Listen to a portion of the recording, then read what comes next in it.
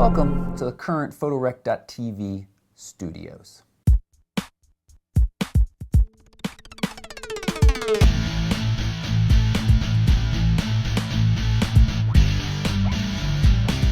So I was inspired by a fellow YouTuber, Chris Winter's recent office tour.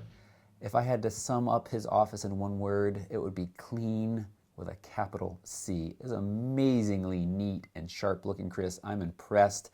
I thought I'd do this video to add some nice balance to your very organized, very clean office, because not so much here. So you've all seen this in every video that I've done inside this space in the last coming up on 2 years now. But if we start to pull back a little bit, you get a sense of the space, and I'm going to take you on a complete tour of all of the disaster that this office is. So first, I had this backdrop made by a local carpenter and friend. It's some kind of hemlock, or not some kind of hemlock, it is hemlock. Cost me about $500, and I think it was well worth it. I really like the kind of rustic look to it, and it's good. Sitting up on top of it is just a cheap bare bulb that's acting as our rim light. And I don't know if you can see right now, but we also have a GoPro running for a little B-roll footage in this studio tour. The desk I've talked about before. I have a separate video. I'll link that down below. We'll put links to all the different products that we talk about or I really kind of mention in this that I like or dislike. But I love this desk still. It's a great size, and the ability to move it up and down is really nice with the press of a button here. So if you're interested in that, you can go watch that video, but it is the uplift desk and it works really well. Over on the edge of it, I've got this older Asus monitor that I don't recommend, but when I need more space when I'm using the MacBook, it's nice to be able to plug it in and have my mail there while I'm still editing over here or something like that. Let's take a look now at the other side of the office.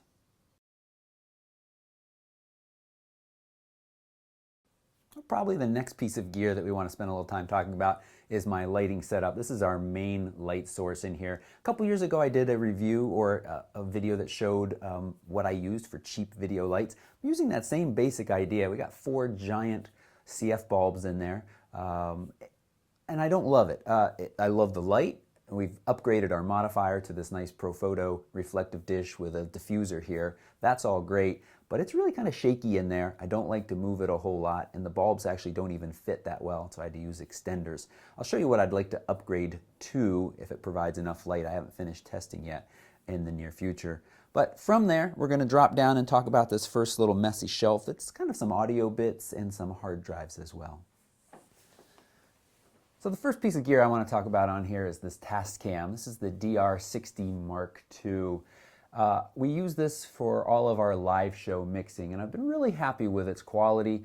If those of you who have been long-time live show watchers know that we suffered for some audio problems for quite a while. Once we moved to this, that took care of most of those issues, at least the ones that happen in here when we're Skyping somebody in. That's a different story. Attached to that right now, actually, it isn't, but it is during the live show, are these Sennheiser mics, and I have to thank Tony Northrup for saying, go ahead and get them, because for a long time I was trying to be cheap and using other solutions, and again, you know, just paying that noob tax when you're trying to make cheaper gear work in a professional environment, you often end up losing time or having frustrating problems. And once we've moved to those Sennheisers, we've been very, very happy with the quality and the consistency from them. So those are great. I bought them used from a friend. A lot of gear you should look at buying used, because there's a lot of good gear out there that is at nice prices. But great, this Tascam. It can run off 4 AA batteries, but I actually have it powered from a USB port on a Teotronics lamp that I put on my gift guide quite a while ago. I've actually found that to be the cleanest USB power that doesn't introduce any kind of fuzzy noise. When I plug it into some other USB ports, I do get a little bit of fuzzy noise. We got a little basket back there with a bunch of spare mice sitting in them. I've got my spare travel drive here. This is a 1 terabyte drive. It's the shockproof. I really like this. It's fast enough for video editing with USB 3.0, and it was quite cheap and affordable. We've got some extra battery bits on top, and CF cards, and a box of batteries. If a battery is in here, it means it's all charged. So even though it looks really disorganized, there is some organization to this. I picked this up once.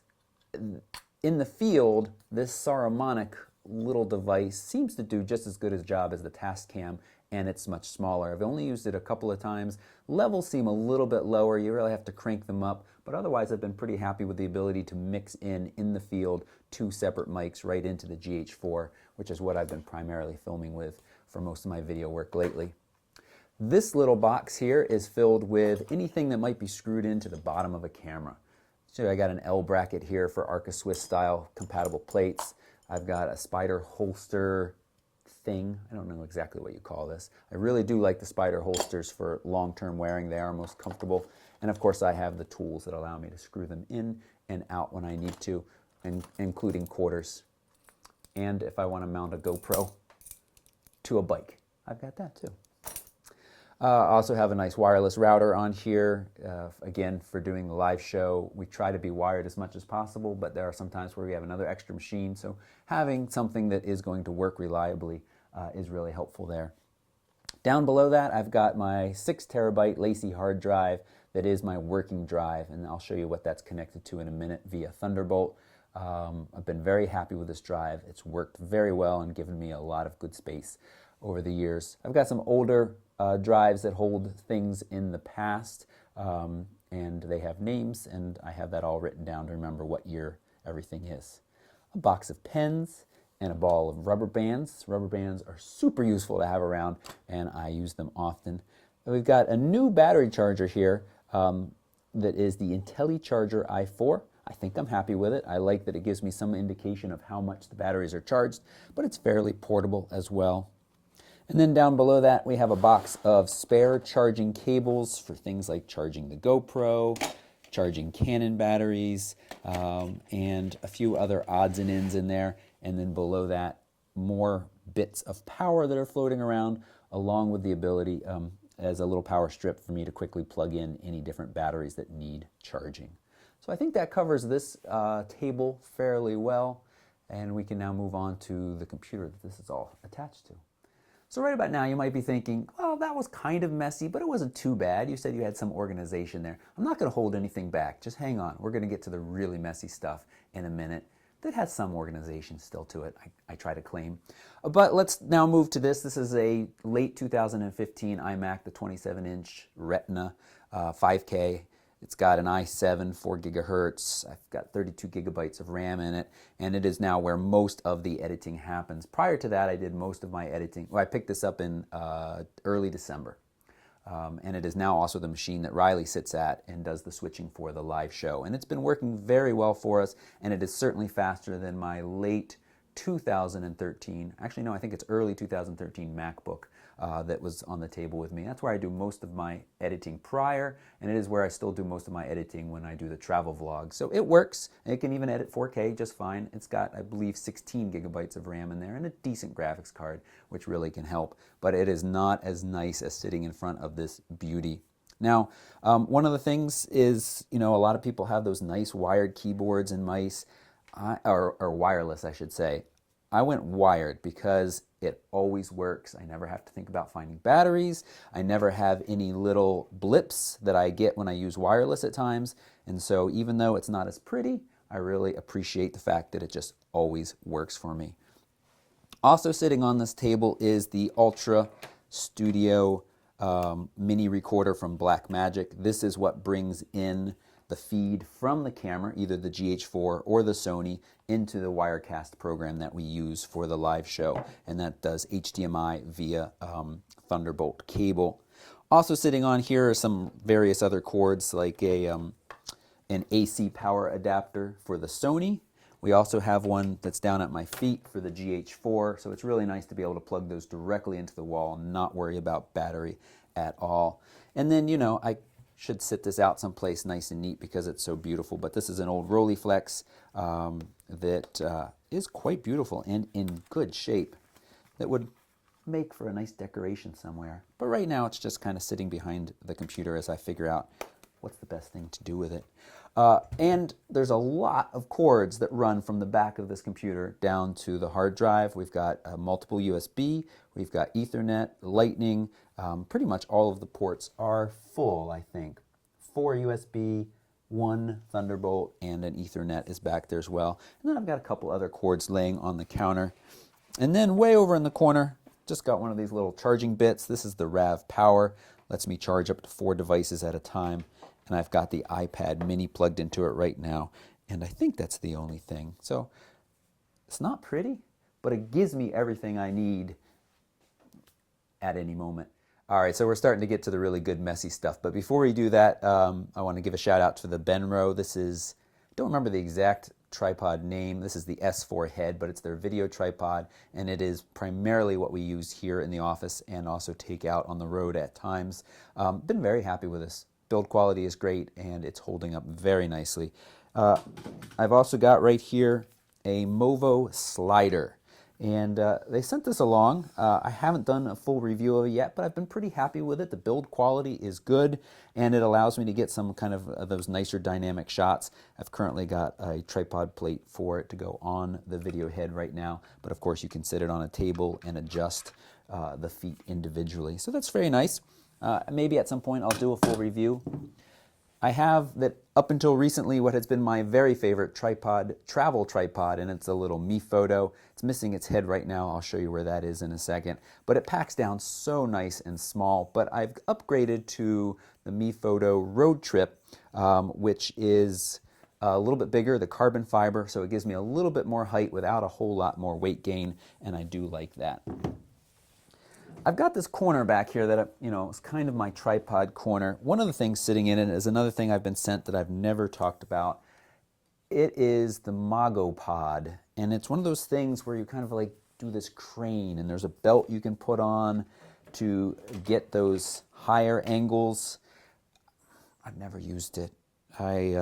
It feels fairly cheaply made, but it also, I think, would get the job done if you want. This is all plasticky here, so it's just been sitting here, and it is what it is. This is the first serious tripod I ever bought, and I actually bought it to put a spotting scope on before I was really into photography. This is the Bogan. It's the 3011 heavy-duty aluminum legs.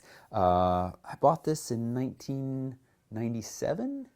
In Texas, I remember, because I had a cheap tripod that I was on a road trip with, and it was not working for me, and I was like, screw it, let's go spend the big bucks. And this pistol grip head, which is pretty handy, but it's the Manfrotto plates, and I've mostly moved away from using those plates now, so this does not get a whole lot of use, and I'm happy to sell it if somebody wants to pay for shipping. What else is down in this corner? I've got a Think Tank lens exchanger bag. This is great for shooting weddings or events. It basically holds 3 lenses, and there's another pouch here for other things, and I use this often. It makes it very easy to switch lenses while you're on the go, and it looks pretty sharp as well, and it's pretty lightweight, so it doesn't add a lot of weight when it's empty. Then I've got some bags that hold other bits of tripods down there, and I have that I don't use too much anymore, actually really not at all. I have my homemade plate that I used for filming the back of the camera for quite a while. So I throw this on a tripod, and then I just had these screw nuts that would go into a camera and another camera to film the back of it. And that worked well for a while, but there was a little bit of flex in this, and I've upgraded to a couple different things that I'll show you in a minute to do that a little bit better. Now, this is the Pro 9000 Mark II Canon printer. It's gigantic, but it does print nice prints. But one of the reasons I'm doing this whole studio tour is, and I mentioned this in other videos, I'm not going to be in this space too much longer, and I'm going to be getting rid of a lot of different things that I don't want to move with, and this will be one of them. Most because I print at Adorama Picks, and the amount of times that I need to print something at home is just so rare that it's not worth it to keep something so big around. And it's also one of those deals where I feel like every time you do go to print, you realize that one of those ink cartridges is out of some ink, and so then you have to go find your spare, and hopefully you have spares, so it's kind of a pain. I got some boxes of Legos from Google Project Fi that sent those, and I have juggling balls. I can juggle. Down below that is where it starts to get pretty messy, but I try to claim that I have some organization skills. First off, this is just the box for the 12 to 35. All of this is being filmed on the GH4 right now with the 12 to 35 f2.8 lens that I've been very happy with. I picked up with that recent price drop that I'm not sure is going to stick around, but I really like that lens, and this box hasn't gone down to the basement box archive yet. That's what we'll call it. I mentioned that that computer, the iMac, had 32 gigabytes of RAM. I did not buy all of those RAM direct from Apple. That's a bad idea because they will gouge you. I bought it from somebody else, Otherworld Computing, for a much cheaper price. And the latest iMacs, it's very easy to do that upgrade yourself. So I bought it with, I think, 8 gigs and upgraded to 13. Most of what's in here is kind of travel adapter related. So I've got little travel adapters for all of the travels with the McKays in different places to keep gear all charged up. And some other power cords. We don't need to really dig in here. But one of the things that's in here that's kind of fun are these guys. I talked about this in a light painting video years ago. These are these little battery packs that are attached to blue and green white light wires. It runs off 2 AA batteries. They're great. The kids have used them for Halloween costumes. I've used them for light painting. So they are fun and pretty handy. The Myops, that little smartphone controllable camera trigger for high-speed photography. It's pretty handy. After I made my videos about it, though, I don't think I've used it again. But that's something that's there for you. We've got the 2 Comlight boxes sitting in here too, so apparently these haven't gone down to the box archive yet as well. One for EF to Micro Four Thirds, and I've had very poor luck using this. It's actually sitting over there somewhere. We'll get to it in a second. And this one is for the EF to E-mount Sony, and that one works decently with some lenses. I've got a separate video about that if you want to see. This is the box for the Z Camera E1. We'll see that over there in a minute. And I think that's pretty much all that I need to talk about in this box. There's a set of old spare headphones. Otherwise, it's good. Here's the spotting scope that has nothing to do with photography really, but that is the reason why I bought that very nice tripod, because I wanted my scope to be very stable. It's a nice Kawa, and I've been curious to try what they call it, digiscoping, the ability to put your phone up to your scope with this attachments. I did it recently in Miami because I brought this along for the after Miami trip to the Everglades for bird spotting. But I only held it up to the eyepiece, so it didn't work so well, but they do make some things. It's a 20 to 60x zoom scope that is very high quality, so you can get some good shots out of it, but I need that attachment. I have XLR extension cord and a Shure SM93 mic that we used for a long time for the live show, and also sometimes out in the field. But having wired, even with extension cords, just really slows you down a lot of the time. So once we got the Sennheisers, we've really stopped using that. This is a piece, there's some of these pieces, they're spread around a little bit, to the Capture Beyond Limits Nebo motion slider. Which I really like the idea of using it, but it's so rare that I have actually used it, which I'm kind of bummed about. But they've recently upgraded, and the wheel now has this nice grippy material to it, so it's even better than it was before. And I've been happy with it, but I'd like to see myself use it a little bit more often. I don't not use it enough to get rid of it, but a pair of binoculars are sitting in here. So in this box, we've got a few more pieces to the Nebo motion slider. I'll just move them over here. We've got this. I think I put this on a gift guide at some point. When I travel, I really like keeping things organized in here. You might think, Toby, you actually keep things organized? Because this is despised otherwise. But when traveling, it's critical to me and very important to me to stay very organized so that I don't spend a lot of time looking for stuff. And although it might seem like this is pretty disorganized, I usually can find what I'm looking for fairly quickly. Would I like to be more organized? Absolutely. We got a couple more keyboard skins that they sent over here. I should give these away. Most of them are they're all for MacBooks. We've got one for Photoshop. We've got one for Lightroom. So at some point soon, I'll give those away. Also in here is the Spider holster hand strap. This is really nice. It is absolutely the most comfortable hand strap to go with a DSLR. I think they're coming out with a better version for mirrorless soon, and since the Sony is what I'm holding in my hands most of the time this day, this isn't currently attached to anything, but it is extremely comfortable. I really like it. We've got an additional box. You saw inside the blue fold-up thing, trigger trap stuff, but I got an additional box of some more trigger trap things. Trigger trap is one of those accessories where I do find myself continuing to use again and again and again. The Star Trail mode is very nice. Rocket blower brush, this is really, or rocket blower, this is really important to have around when I'm shooting with a Sony because it's just an easy way to get some of that dirt and grime off there. A box for a flash that I don't have anymore. Advantech, they just sent it to me. I didn't want to review it because it didn't seem very good, but I passed it on to somebody else who could make use of it. I've got another Shure microphone in there. We'll put that down there. I've got a headlamp that I use fairly often, and I really like this that has a red mode, so when I'm out shooting stars, I will use that mode often so I can continue to see what I'm doing, but it won't ruin my night vision as I'm trying to focus on stars and some other things like that. This is the Canon GPS unit that works in 5D Mark III and the 7D Mark II and some other cameras as well, and the newer Rebels too, and it will automatically write latitude and longitude data into the file, which is handy, but again, I'm mostly shooting with a Sony these days, so I don't find it on my camera very often. There's some other bits in here, including a suction cup tripod mount, or suction cup mount for inside or outside windshields. I wouldn't put it outside, only inside. They make double mounts too. I've been really impressed. It works really well. A cold shoe along with a hot shoe mount for lights or whatever else you want to throw up in there. And then I think most of the rest of this stuff, you might have seen over on the iMac table sitting the Zoom H4n. This is the little wind muff for that. I don't use that mic a whole lot anymore now that I have the Sennheisers, but there are times still where it is the easiest way to go about. And I have in here too, I have the Lume Cube, which you saw in our gift guide. I still really like this. It puts out a lot of bright light. I mostly have been using it as a flashlight, but it can also be used, as I said, for camera and videography.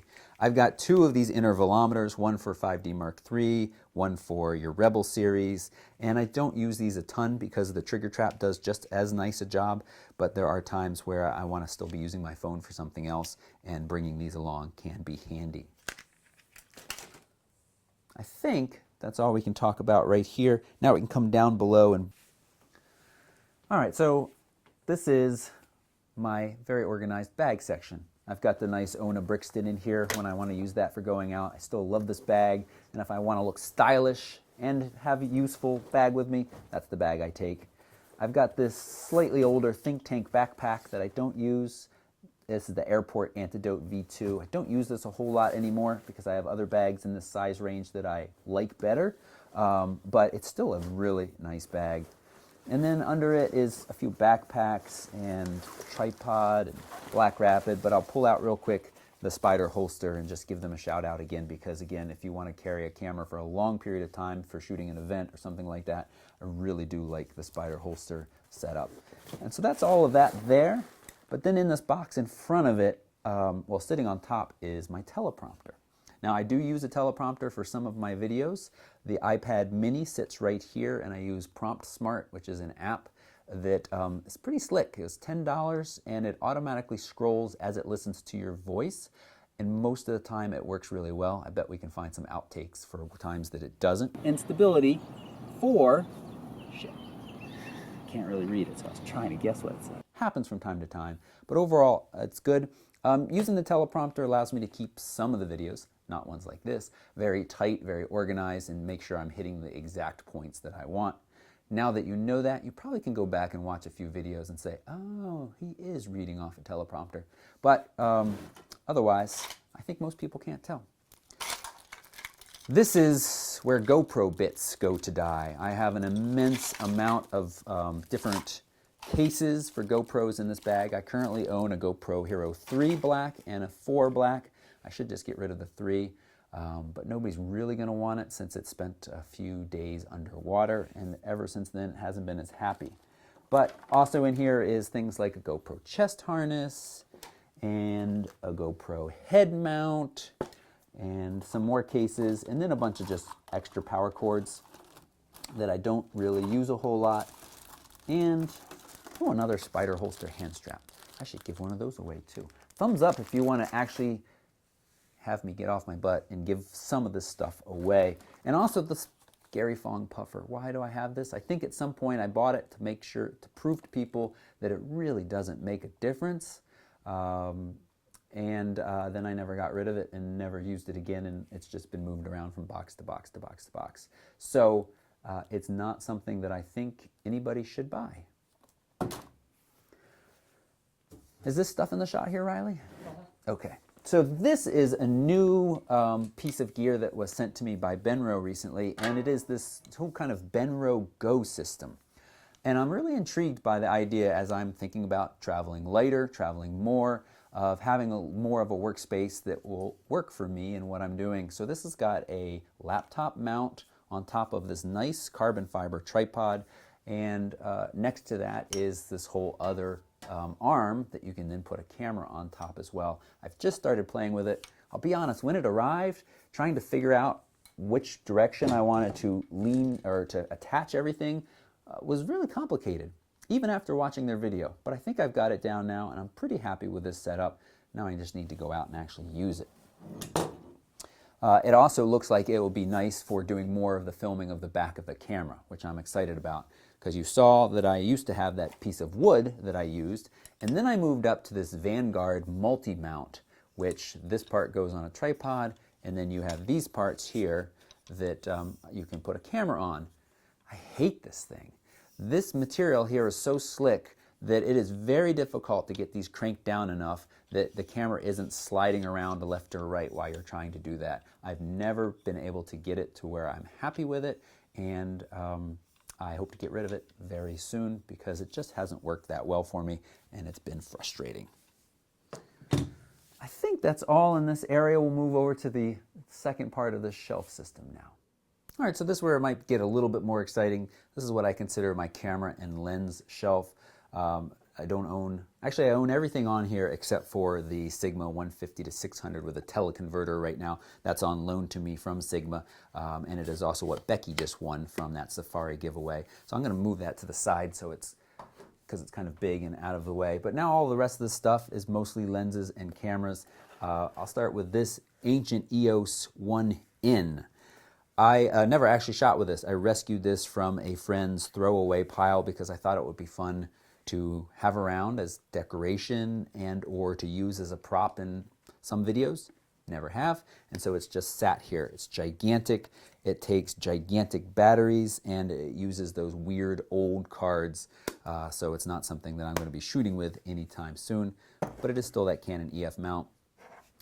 I've got what was my first serious lens I ever bought, the Sigma 18-50 f2.8, and it's actually taped so that it doesn't move right now. We used to use this on the GH4 with a Metabones adapter for shooting wider in this room, and it's still a decent lens, and that constant f2.8 is quite nice.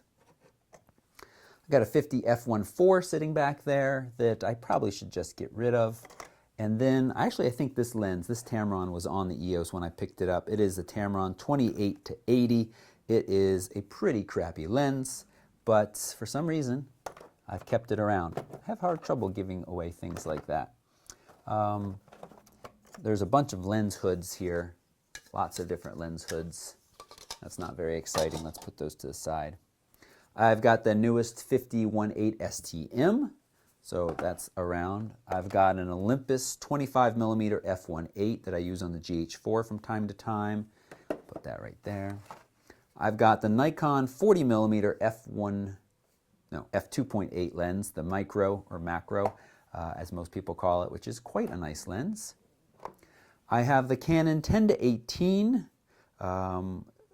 EFS lens, and currently it's on that Comlight adapter, the EF to micro 4/3, which I don't like very much, but that's just what I have sticking on there. The variable ND filter from Genus Tech, I don't use it a ton. You very quickly get that big dreaded X in the sky. So if I'm shooting with the sky in the shot, I don't like using that.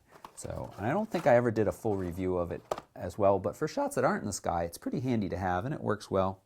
This is that little Syrup Mini Genie that does camera rotation for time-lapse and or video. It's kind of like the slightly more fancy and better version of this MPT-10 that was in the gift guide as well, and I'm pretty happy with that too. Trying to figure out where to put things so that they're out of the way. My 5D Mark III with the 70-200 f2.8 lens, which is quite nice. And I've got a couple more filters back there as well. Here's my Sony a7R Mark II with the cheap 28-70 kit lens on there, but it's a nice walk-around combination that works good for me most of the time. T6S with the 24mm f2.8 lens on there is a nice little lens. And if you watch the travel logs from the fall trip last year, that was the primary camera I shot most of my scenic pictures with on that trip. I had that little box I mentioned. This is that Z camera, E1, I don't remember the exact name. They sent me this. I have not reviewed it, which should tell you my general feelings about it. It's a really interesting idea. It's kind of a GoPro-sized camera with a micro four thirds sensor in there, but its interface and its low light performance are not very impressive. So a tripod mount thing for that. I've got some audio cables back here. I've got the camera. This is one of those things where I feel like I should use it more often than I do, but it's the little QV1 camera viewfinder. It really is nice when you're shooting outside in bright sunlight to have this attached to any camera for video work, but I haven't used it much. This is the Metabones EF to micro four thirds mount, and I don't use this a ton now that I have that 12-35 on the GH4. That pretty much lives there. Extension tubes from that video I did about macro photography options. I still use these fairly often. They are a great cheap way, they're about 75 bucks, to get a lot closer with magnification if you've got a decent lens to use them with. Related to that is that Laowa, it's the Venus Optics 2X Ultra Macro that I reviewed. I probably actually use this more now than I do these extension tubes when I'm shooting with the Canon because you can get even closer and it's a little bit easier to work with. Yeah, I have good things to say about that. I think I reviewed it. Yep. When I'm not using the Sennheisers, I'm probably using this Shure VP83F, which I really like because it has a micro SD card slot on it that allows me to record remotely, or I can record directly into the camera. For the New Zealand vlogs, this was the mic that was on top of the camera most of the time, and I'm pretty happy with the audio quality, especially with this little dead kitten muff thing. It blocks the sound well. This from the Iceland vlogs is the little, what do you call it? It's the one that goes into your cell phone. And I was really happy with the audio quality. It worked really well with the LG G4. It doesn't work as well with the LG V10. The LG V10 in video mode tries to be helpful with audio, and as a result, you get some weird levels with this. So I haven't used it a whole lot with that phone. 70-300, I actually posted this for sale in my local group because I just don't use it often enough. I would most of the time just shoot with the 70-200, and that quality is so good you can crop in a little bit for that extra 300. But it's a nice lens and it's a good value overall. And the Sigma 50 f1.4 art, so that's why it's a little funny that I have two other 50s, but those are much more travel friendly. This is a lovely lens though. It's very sharp and I love using it. We've got some more bits from Spider Holster up above, a box of flash stuff from Photorec that I haven't talked about anytime soon, but is excellent, especially for Sony. And then I've got gray cards and a color checker from X-Rite that work quite nicely, but truthfully, I really just use the gray cards and the white card to set white balance from time to time. I don't use the color checkers very often, but I'd like to. And then comment if you remember this Transformer's name. He sits up here. I found him in a box at my mother's house, and I couldn't let her get rid of him when she was moving. So he's with me now. Down below all of that stuff is more of these wire baskets that have, this has more bits from the motion slider. And they have also added a flywheel, so if you don't want to do a motorized slider with that and want to have smooth movements, you can put this attachment on as well, and it does work nice. This is the Mi Photo 360 Plus that grabs your phone. I love these. They work really, really well. I have a spare. I need to give it away, so like the video and I'll give some of that stuff away.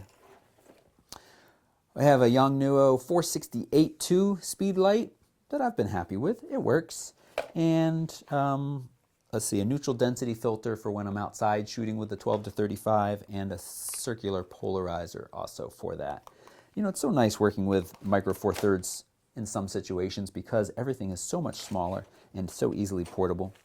The cleaning kit from the video where I talked about how to clean stuff. And at some point I bought the lav mic from Newer. And I don't remember why, but the quality isn't very good, so I've never talked about it. And this when I sometimes shoot side-by-side samples of stuff, this is the D3D1. I don't know who makes it, but you know, it's like 16 bucks on Amazon and allows me to put two cameras very close to each other and on a tripod as well. That's pretty much all that's interesting to talk about that's in this box.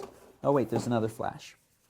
Oh, this is the Photix Mitros Plus flash that should actually be up there in that organized box. And this is what works with a Sony. This is a pro level flash and I've been very happy with it. Haven't used it a ton, so haven't spent a lot of time talking about it on the channel.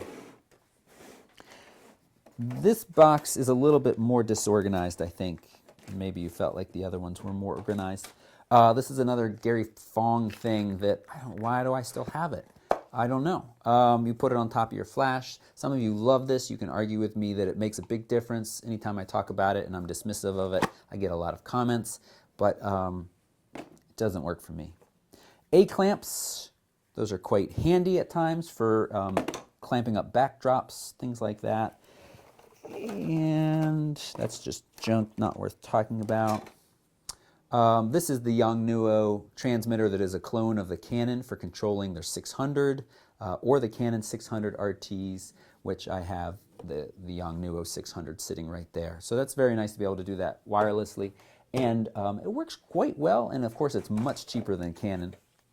Peak Design slide light strap, which should technically be down there in that pile of stuff. I like this. It's good. That's the strap I use most of the time these days. And one of these tiny little LED panels that you can buy for about $25. This worked well for us for a couple of years, and then we had a little bit of battery issue. I should probably just throw it away, but there's some corrosion in there. The other thing that I think is worth talking about in here that is fun, because somebody was asking about this just the other day, and that's bramping. That's the method by which you can do longer time lapses at sunrise or sunset by controlling your exposure and gradually ramping it, or bulb ramping. That's what bramping stands for. It looks like a little bomb. It's called the Little Bramper. This guy made them, and he doesn't make them anymore, and I haven't used it a ton. Trigger Trap has a bramping mode in it. The last time I used it, I wasn't very impressed with it. It didn't seem to do a very smooth job of transitioning. I would like to do that more. It's a lot of fun, but it takes time to really get out there, set up in a nice place, and then make sure you got that transition going well. I think down there is just office supplies, so that's really not worth talking about. Oh, back here, I asked for Christmas from Santa, my mom, Alexa, and so I have Alexa, and I can do things like, Alexa, turn off studio lights. Okay. Alexa, turn on studio lights. Nice. Okay. Now we have one more light that we're going to show you in just a second. But truthfully, I just set that up earlier today before this video. Before this period of time, I have a little remote clicker that lets me turn on the studio lights, the ones that are the ProPhoto and the rim light back there. So let's talk about this last light, and then I think we're going to wrap this extra long tour of my very messy office up. All right, before we talk about this new piece of gear, this light that came in that I've mentioned a couple times, just wanted to say that with my new iMac, newish, I got the Magic Mouse 2 and the wireless keyboard. The wireless keyboard's fine. This Magic Mouse, I think, is an utterly piece of garbage. I hate how it feels in the hand. I don't like anything about it, so I just wanted to say that. This is an LED light from Gear, and I would love to figure out how I can use this in place of the CFL lights that I've been using. It can get quite bright, but probably not quite as bright as those lights in there, but it is so much more portable. It can run off AC power as it is now, or battery backup. It's got a nice little grip back here to quickly angle it, and it's got this diffuser plate. I think I've been very happy with it. I've been running it now actually just as an office light for a while, just to see if there was any burn-in or any issues with that, and I haven't noticed any. So as I look at lightening and streamlining the stuff that I use to make videos, especially thinking about traveling some, this is a really appealing setup. So overall, that was a tour of this messy place. There was a couple things I didn't show you, but they weren't very exciting. I'd love to hear comments from you, what you think.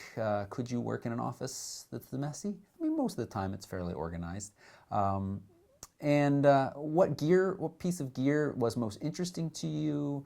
What would you like to get your hands on? What would you like to hear more about? You can leave those comments right down below. And as always, if you're not a subscriber, go ahead and take a moment to hit that subscribe button, and a quick thumbs up is always appreciated as well. Links to gear that I talked about that's worth linking will be down below, along with mentions of any time I said there was a video I produced about that piece of gear in more detail. I will put that link down below as well. Thanks so much for watching. Goodbye.